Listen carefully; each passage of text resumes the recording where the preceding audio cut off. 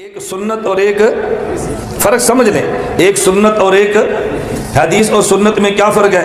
سنت اس عمل کا نام ہے جس کو صحابہ لے کے چلے ہوں، جس کو صحابہ لے کے چلے نہ ہوں، پیغمبر کے دور میں ختم ہو جائے، اسے سنت نہیں کہتے۔ اس کی کئی مثالیں ہیں، ایک مثال دیتا ہوں۔ رسول اللہ صلی اللہ علیہ وسلم مکہ سے مدینہ آئے تو اللہ کے نبی نے نمازیں 16 ماہ تک بیت المقدس کی طرف منہ کر کے پڑھی ہے۔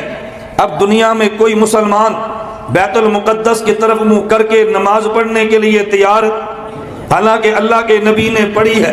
کوئی بندہ آپ سے پوچھے کیوں نہیں پڑھتے، آپ کہتے ہیں پہلے پڑھی تھی، پھر قبلہ بدل گیا تھا تو پتہ چلا کہ قبلہ بیت المقدس کی طرف منہ کر کے نماز پڑھنا یہ سنت نہیں ہے۔ آپ حدیث تو کہہ سکتے ہیں لیکن یہ سنت نہیں ہے۔ توجہ، دوسرا مسئلہ، اللہ کے نبی نے بیک وقت نکاح کتنے فرمائے؟ اتنا علم تو آپ کے پاس ہے نا۔ حضور پاک نے بیک وقت کتنے نکاح فرمائے؟ 11 نہیں 9، اتنے سادے نہ بنو، 9۔ 11 حضور کی کل بیویاں ہیں لیکن حضور کے بیک وقت نکاح میں 9 ہیں۔ حضور کی زندگی میں خدیجہ بھی فوت ہو گئی، حضرت زینب بھی فوت ہو گئی۔ حضور کی 2 بیویوں کا نام زینب ہے، ایک ہے زینب بنت جحش، ایک ہے زینب بنت خزیمہ، اور ایک ہے حضور کی بیٹی زینب بنت محمد۔ وہ زینب الگ الگ ہے، میں بات سمجھانے لگا۔ اللہ کے نبی نے بیک وقت نکاح کتنے فرمائے؟ بولتے جاؤ۔ تو کوئی 9 نکاح کر سکتا ہے؟ اللہ کے نبی نے کی، آپ کیوں نہیں کر سکتے؟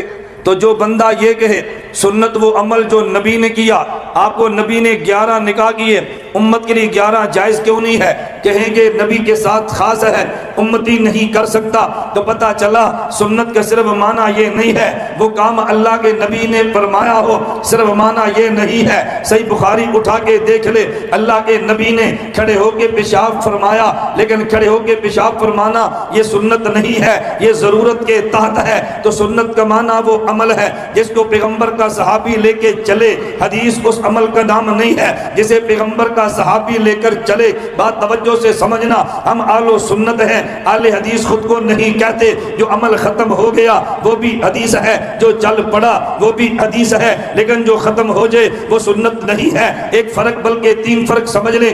سنت کے بارے میں، حدیث کے بارے میں آپ سنیں گے یہ حدیث صحیح ہے اور یہ حدیث ضعیف ہے۔ سنت کے بارے میں کبھی نہیں سنیں گے یہ سنت صحیح ہے، یہ سنت ضعیف ہے۔ حدیث کبھی ضعیف بھی ہوتی ہے، سنت ہمیشہ صحیح ہی ہوتی ہے۔ حدیث کے بارے میں سنیں گے آپ یہ سنیں گے کہ یہ حدیث، توجہ رکھنا، یہ حدیث ناسخ ہے، یہ منسوخ ہے، یہ پہلے دور کی ہے، یہ بعد کے دور کی ہے۔ سنت کے بارے میں کبھی نہیں سنیں گے یہ سنت منسوخ ہے، یہ سنت ناسخ ہے، کیونکہ سنت منسوخ کبھی نہیں ہوتی۔ آپ حدیث کے بارے میں سنیں گے اس مسئلے پر 2 حدیثیں ہیں لیکن سنت پہ نہیں سنیں گے، اس مسئلے پہ 2 سنتیں ہیں، سنت ہمیشہ ایک ہوتی ہے۔ پتہ یہ چلا حدیث کبھی منسوخ بھی ہوتی ہے، سنت منسوخ نہیں ہوتی، حدیث ضعیف بھی ہوتی ہے، سنت کبھی ضعیف نہیں ہوتی۔ ایک مسئلے پہ 2 حدیثیں ہوتی ہے، ایک مسئلے پہ 2 سنتیں نہیں ہوتی، اس لیے ہم خود کو آل حدیث نہیں آل و سنت کہتے ہیں۔